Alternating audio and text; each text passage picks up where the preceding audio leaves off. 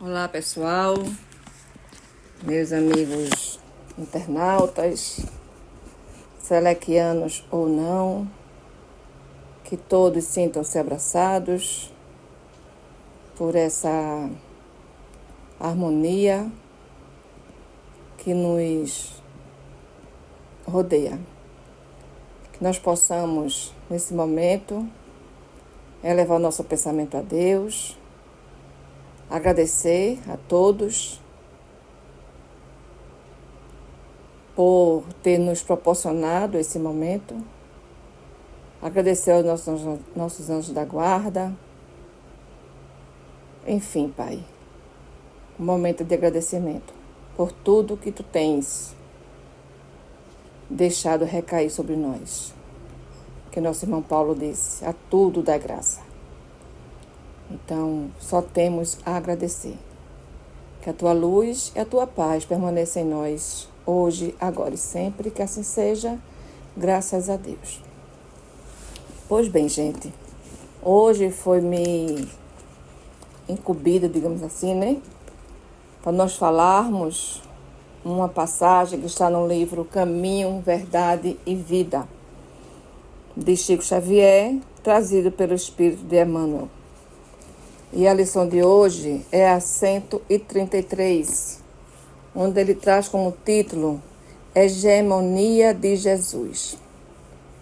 E ele cabeça com uma frase de João, que está no capítulo 8, versículo 58, que ele diz assim: Disse-lhe Jesus, em verdade vos digo, que antes que Abraão existisse, eu sou. Então, eu fui na Bíblia, né? Na nossa amiga Bíblia. E esse capítulo todo, ele discursa sobre a mulher adúltera, sobre o discurso de Jesus sobre a sua missão, né? Que ele veio. E ele relata aqui, né? Vem um diálogo que ele diz assim, és tu maior do que nosso pai Abraão? Aí eu fui pesquisar, né, em que ano Abraão viveu. E Abraão viveu 800, no ano de 800, mais ou menos, nesse século, antes de Cristo. E ele continua aqui questionando, né, o que está dialogando com Jesus, ele continua questionando, és tu maior do que nosso pai Abraão, que morreu? E também dos profetas, os profetas morreram, quem te fazes tu ser? Né? Ele queria questionar quem era Jesus, que estava com tanto poder, que tinha tanto poder. E Jesus respondeu, se eu me glorifico a mim mesmo, a minha glória não é nada. Quem me glorifica é meu Pai, o qual dizeis que é vosso Deus. Ou seja, ali ele já estava afirmando, né, que Deus é Pai de Jesus, né? E o nosso Pai também. E vós não o conheceis, mas eu o conheço. E se disser que o não conheço, serei mentiroso como vós, mas conheço e guardo a sua palavra. Abraão, vosso pai, exultou por ver o meu dia, e viu e alegrou-se. Quer dizer, ele está dizendo que Abraão também viu o pai, né? Viu Deus. Disseram-lhe, pois, os judeus, ainda não tens 50 anos e viste Abraão? Quer dizer, os judeus estavam duvidando que Jesus tenha tido contato com Abraão, porque Abraão tinha vivido nos anos 800 a.C. Jesus não tinha 50 anos ainda. Como é que Jesus poderia ter conhecido Abraão, né? Na cabeça deles, que trazia tudo para o momento. E Jesus disse, em verdade vos digo, que antes de Abraão existisse, eu sou. Então pegaram em pedras para lhe atirarem, mas Jesus ocultou-se e saiu do templo, passando pelo meio deles, e assim se retirou. Então a gente já percebe aí, né, que uma vez eu estava assistindo uma palestra e o palestrante disse assim: quem é você? E muitos diziam, meu nome, vamos supor, com o meu caso, meu nome é Sandra. Eu disse, não, eu não quero saber o seu nome, eu quero saber quem é você. Eu disse, não, eu sou mãe de 2 filhos, sou casada. Não, eu não estou perguntando o que é que você tem, eu quero saber quem é você. Eu disse, não, eu sou técnico contábil. Aí já vinha para o lado da profissão. Não, eu não quero saber o que é que você faz, eu quero saber quem é você. E eu fiquei sem saber responder, né? Sem onde buscar essa resposta, quem somos nós? Aí vem aquela questão, conhece-te a ti mesmo. Quem eu sou, né? E Jesus diz, ó, antes que Abraão existisse, eu sou. Então ele sabia quem ele era, né? Ele já tinha certeza da missão dele, do que ele veio fazer, trazer pra gente. Ele mostrou pra gente nessa passagem aí de João, que nós devemos saber quem somos. Será que antes de estar como estamos agora, eu no caso de estar Sandra, eu não conhecia antes o meu filho, que chegou agora, pouco, digamos assim, né? Então a gente já conhecia, nós já éramos e seremos sempre, porque Jesus mostrou também para nós que ele seguia, né? Quando ele disse que a gente não morre, a gente continua. Então, o que é hegemonia? Eu fui consultar também lá no Google, né? No nosso auxiliador, grande Google, que hegemonia é a superioridade. É o que tem de mais, o que dá poder, né? À pessoa. Então, aqui ele está dizendo, qual era a hegemonia de Jesus? Qual era o poder que Jesus tinha? Qual era a superioridade de Jesus? Jesus era uma pessoa tão simples, mas tão simples, que jamais ele deixou passar que ele tinha autoridade para alguém.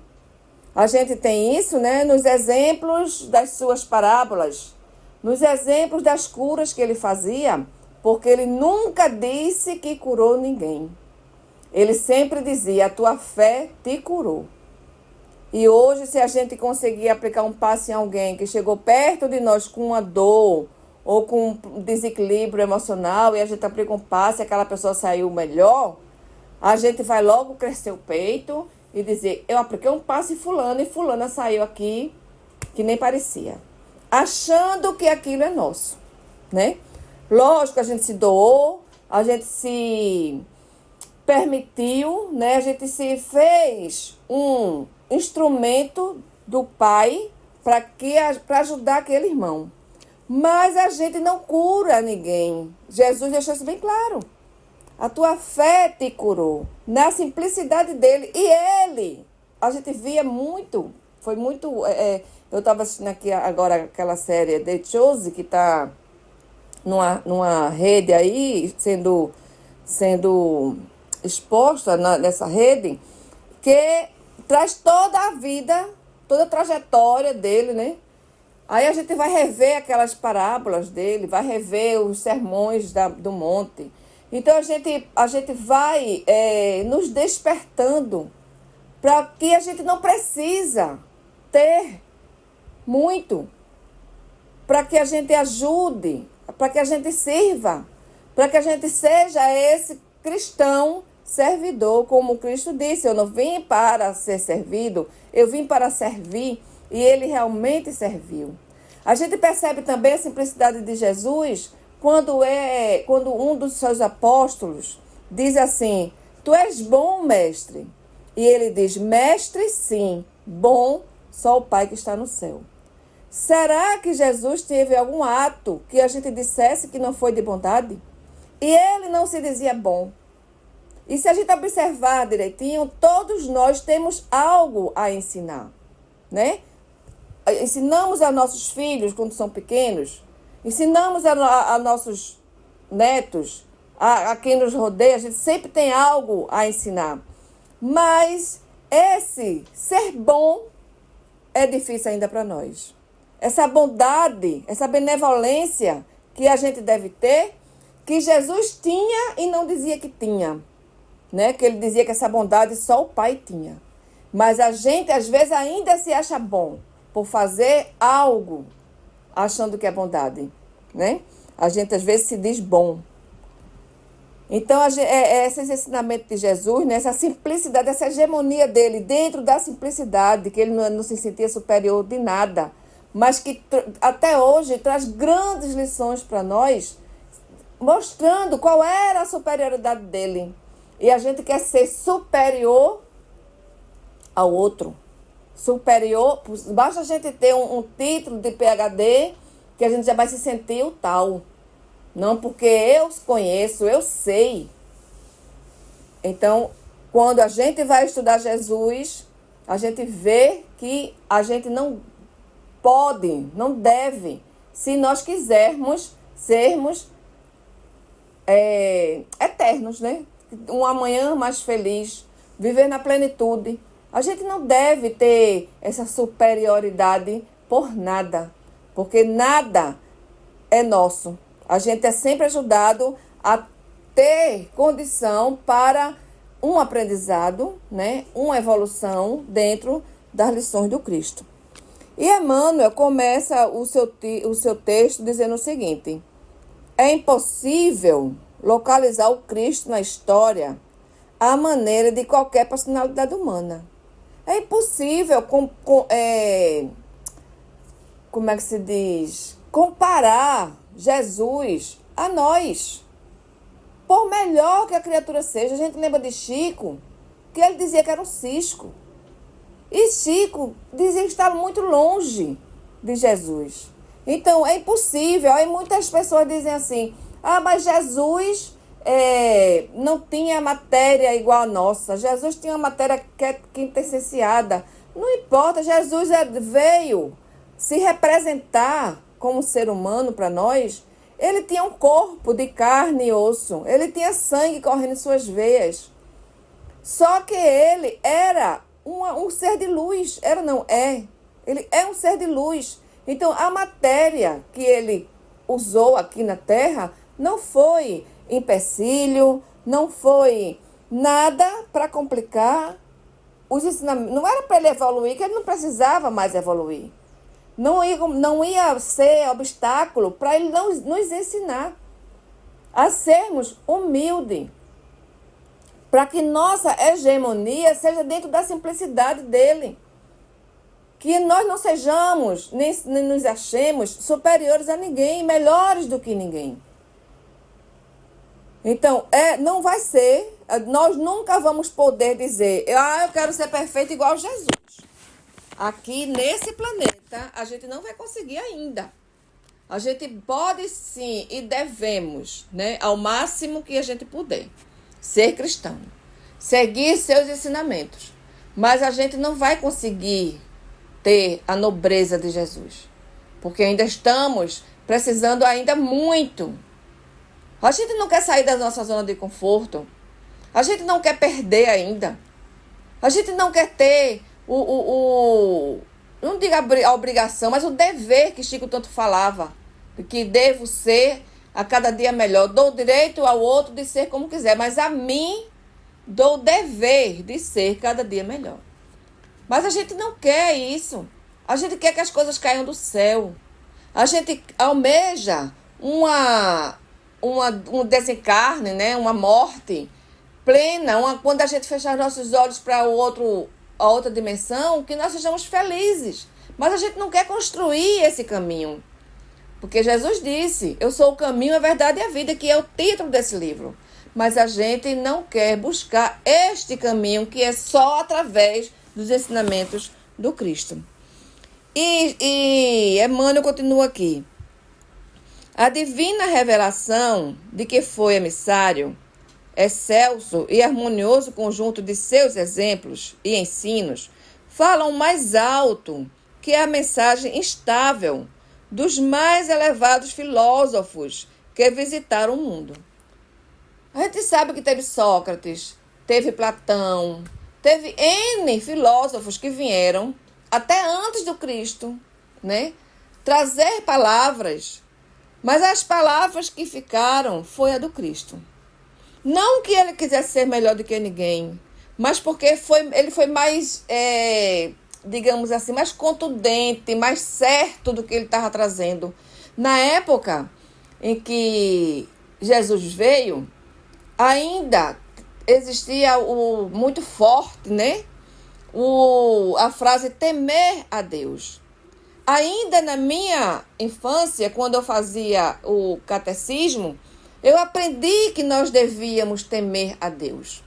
Quando eu vim conhecer Jesus na sua simplicidade, na sua hegemonia de amor, de paz, eu vim compreender que Jesus disse, Jesus trouxe de lição do Pai, né? Aí ele disse, amai o teu inimigo. Aí a gente vai refletir. Como é que Jesus diz para eu amar o meu inimigo e ao mesmo tempo eu aprendo lá atrás que eu devo temer a Deus? Eu vou temer a Deus e amar o meu inimigo? Não seria o contrário, eu temer o meu inimigo e amar a Deus? Então, mas Jesus ele foi além, né? Ele mandou a gente amar o inimigo. Então é mais uma certeza que a gente deve amar a Deus. E ele disse também, amar a Deus acima de todas as coisas. Amar a Deus, respeitar Deus sem temer a Ele, porque Deus é Pai de amor, de justiça e de misericórdia. Então, Ele não é algo que a gente deva temer, mas sim amar e respeitar. Então, Jesus trouxe essa simplicidade para nós, trouxe esse elo de ligação com o Pai, que na época, como eu falei, era muito temido. O Deus era muito temido. E quando Jesus trouxe a prece Pai Nosso, trazendo a certeza naquele momento que nós tínhamos essa ligação com o Pai, essa liberdade de chamar Deus de Pai, trazendo para a gente uma figura íntima. Porque o nosso Pai, né, materialmente falando, nós trazemos Ele como amigo. A gente quer se aproximar dele, a gente quer seguir os exemplos do nosso Pai. Então, ele traz, Jesus, né, na sua simplicidade, o Pai de amor. Essa poder, essa condição que nós temos de chegar ao Pai sem temer a Ele. De trazer Ele para perto de nós. De dizer, Deus, segurar na mão dele, estou aqui. E ter a certeza que Ele está conosco. Que Ele não é uma criatura distante de nós, porque nós somos sua imagem e semelhança. E quando a gente busca essa simplicidade dEle, a gente consegue sentir a presença do Pai.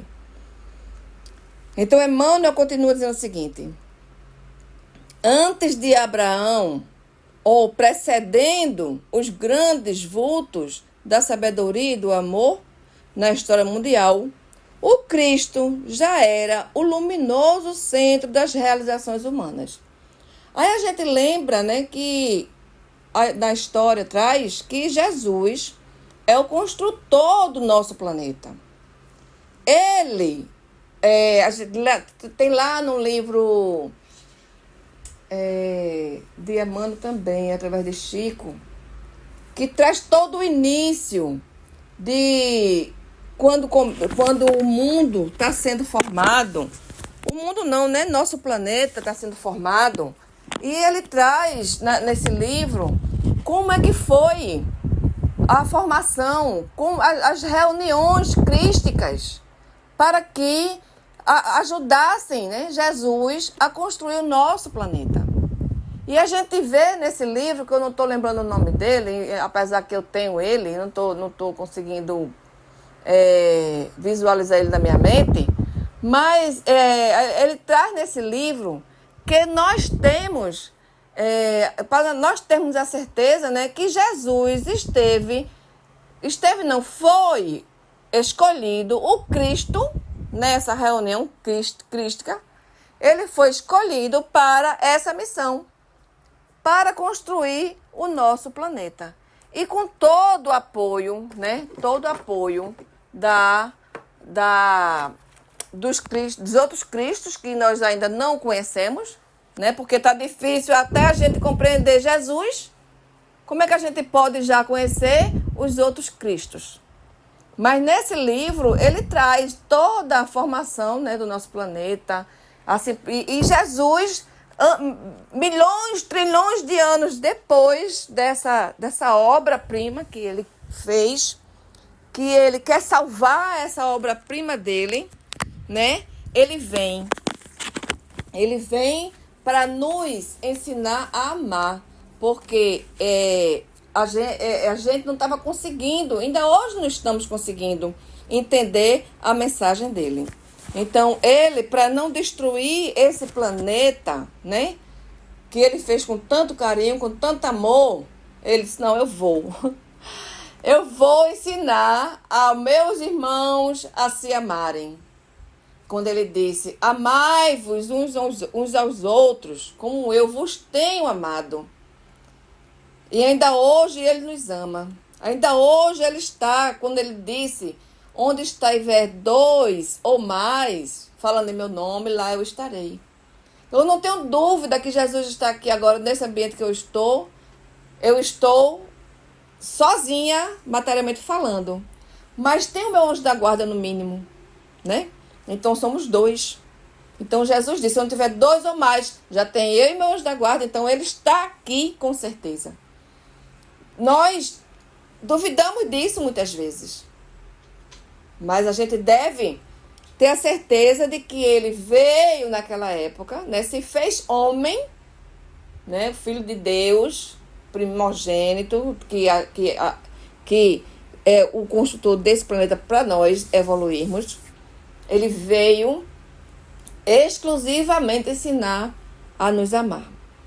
Eu vou referir novamente a série, né, que eu estava assistindo, onde traz um pensamento, uma reflexão lá que um apóstolo diz, que Jesus poderia nos livrar de tudo.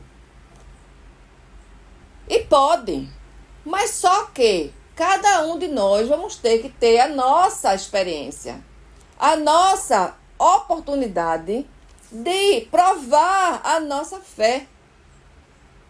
E essa fé que a gente tem, que a gente deve adquirir, né, que é aquele que diz que se tiveres fé do tamanho do grão de mostarda, essa fé será enorme. Essa fé que a gente deve ter é as coisas dando certo ou não.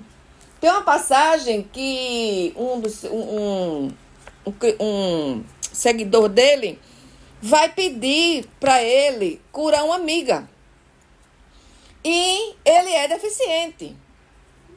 Quando ele pede para Jesus curar ele, Jesus diz que não vai curar ele. Que quem vai curar ele é ele mesmo.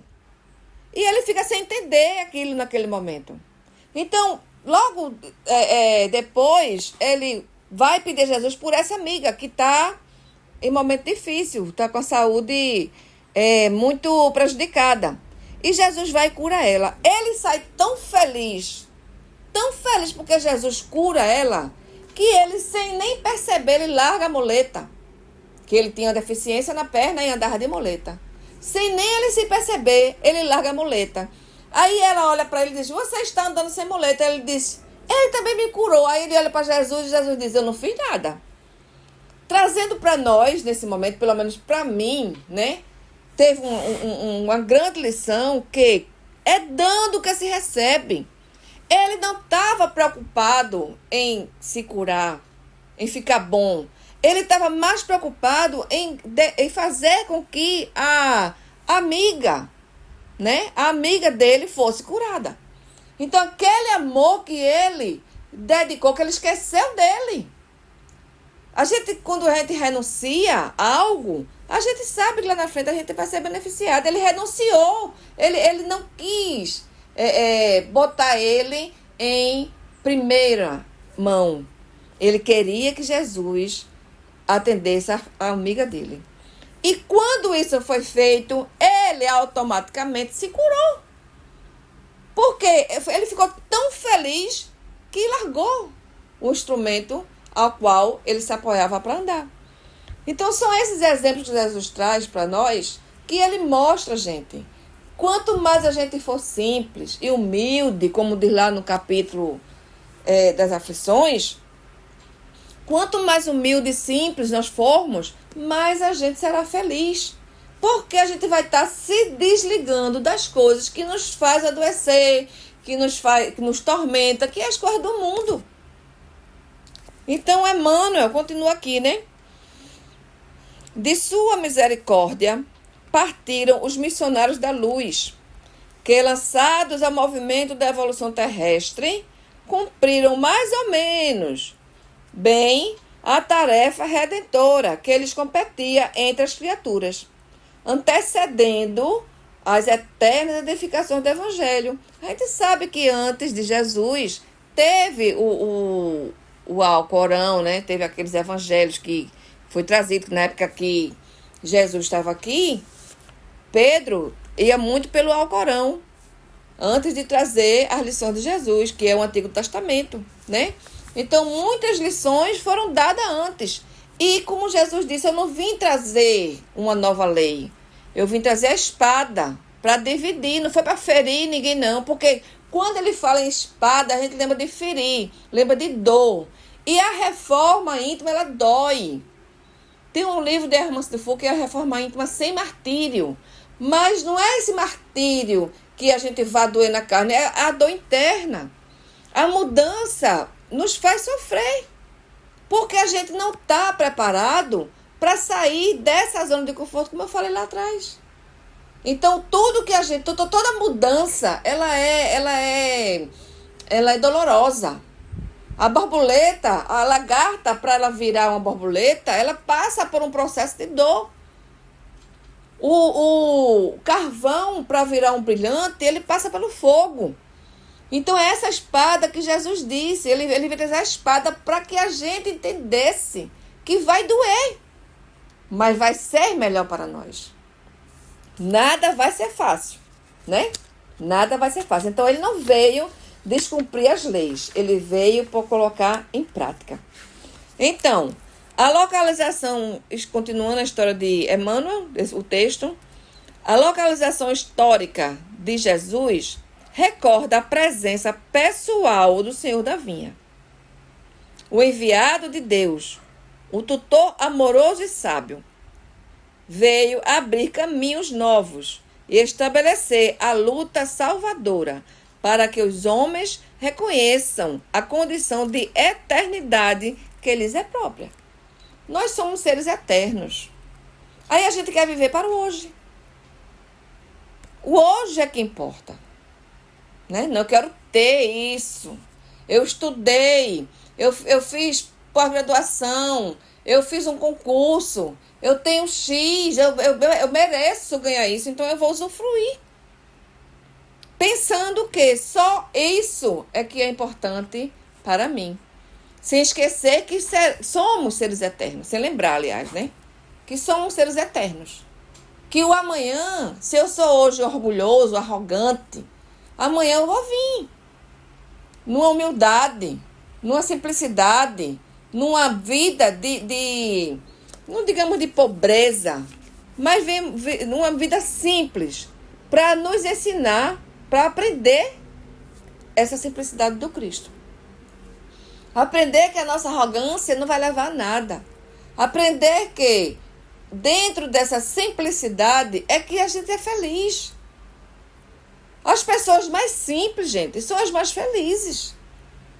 Agora, quanto mais a gente quer ter, a gente não tem, a gente não sacia. Aí a gente fala em saciar, aí a gente lembra daquela passagem da água, né? Que a mulher está lá tirando água do poço, que Jesus chega perto dela, sabendo das suas dificuldades, sabendo que todo o vilarejo onde ela habitava escanteava ela, por ela já ter sido esposada 5 vezes. Ela já estava no 5º marido. E Jesus chega ali naquele poço onde ela estava tirando água e pede para ela dar de beber a ele. E ela começa, se você está pedindo água, porque ninguém chegava perto dela quando ela estava naquele poço, muito menos um homem. E ela estranha a presença de Jesus e diz: você é um homem, dirige a palavra a mim, você não sabe quem eu sou? Aí ele diz que sabe muito mais, né? Aí ele pede para ela levar o marido dela lá, naquele poço. E ela diz: eu não tenho marido. Aí ele diz: realmente, você não tem marido. Você já casou 5 vezes. E o homem que você está hoje não é seu marido. E ela chora, né? Porque como é que ele sabia disso sem nem conhecê-la? E ela começa a chorar. E ele diz: da água que você vai me dar de beber, logo mais teremos sede. Mas se beberes da minha água, jamais terás sede. Então, se a gente beber das lições do Cristo, da água de Jesus, a gente jamais terá sede. A gente será saciado por toda a eternidade. Mas a gente precisa ainda... Eu não gosto nem de dizer que a gente precisa de muito tempo, de muitas encarnações. Eu não gosto desse termo. Eu acho que isso é nos retrair, sabe? Nos amarrar para que a gente não evolua. A gente se permite dizer que a gente precisa de muitas encarnações, bloqueando esse poder que a gente tem de melhorar agora. Porque os apóstolos de Jesus não tinha ninguém perfeito. Paulo não era perfeito. Então, a Madalena não era perfeita. Esses apóstolos, seguidores de Jesus, eles nos ensinam que a gente pode. A gente pode evoluir aqui ainda nessa experiência. E ele continua assim, Emmanuel: os filósofos e amigos ilustres da humanidade falaram às criaturas, revelando em si uma luz refratada, como a do satélite que ilumina as noites terrenas. Ou seja, para todos, foi falado para todos, sem exceção. Os apelos desses embaixadores dignos e esclarecidos são famosos e edificantes. Todavia, nunca se furtam a mescla de sombras. Tem sempre algo obscuro, tem sempre algo escondido, quando Jesus veio nos revelar a sua verdade. Quando ele diz: conhecereis a verdade e ela vos libertará, ele trouxe a verdade para a gente. Só que a gente não consegue enxergar as suas lições ao pé da letra. A gente, às vezes, deturpa. Tanto é que se a gente lê uma passagem de Jesus uma vez, a gente entende de um jeito. 2 vezes, a gente entende de outro jeito. 3 vezes, já vai clareando mais a nossa mente. Por isso que a gente deve estar no vigiar e orar, como ele disse. Não é só para não cair em tentação, não, mas é para aprender. É para que a gente abra os nossos olhos para as coisas de Jesus, para o que realmente nós viemos fazer aqui. E a frase final de Emmanuel é o seguinte: a vinda do Cristo, porém, é diversa. Em sua presença divina temos a fonte da verdade positiva, o sol que resplandece. O sol, quando ele fala em sol, a gente sabe que o sol brilha para todos. Pobres e ricos, sadios e doentes, sábios e analfabetos, negros e brancos, para todos o sol brilha.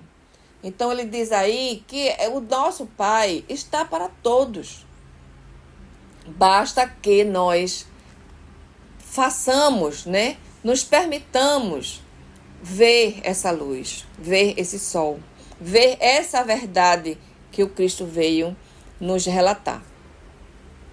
Então, gente, é uma lição, né, que, mais uma vez, eu digo que Emmanuel, ele não alivia, né? Tanto é que ele disse a Chico que quando a gente quer trabalhar para o Cristo, só precisamos de 3 coisas: disciplina, disciplina e disciplina. Então, ele não veio para aliviar os nossos ensinamentos. Ele veio para dar puxões de orelha.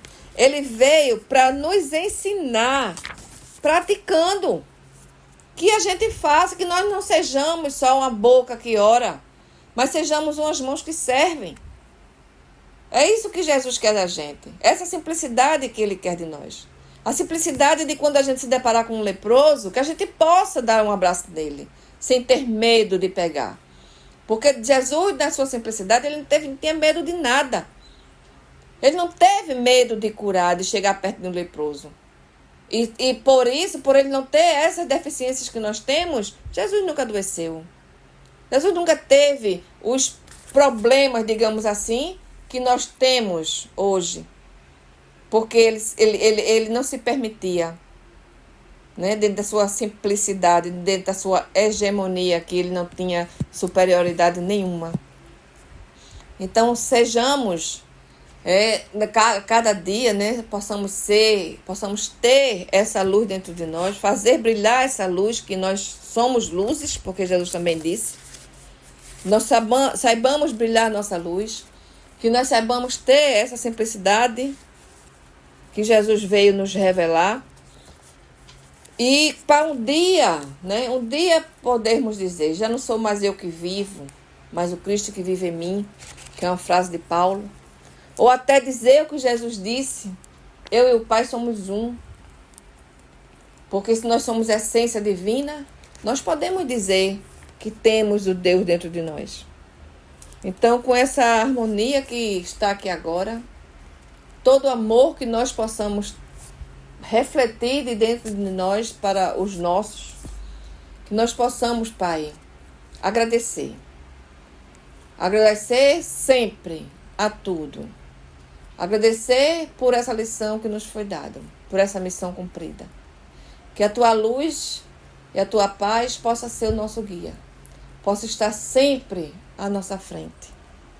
Sendo assim, agradeço a cada um que vai ouvir essa conversa, que vai ouvir esse desabafo.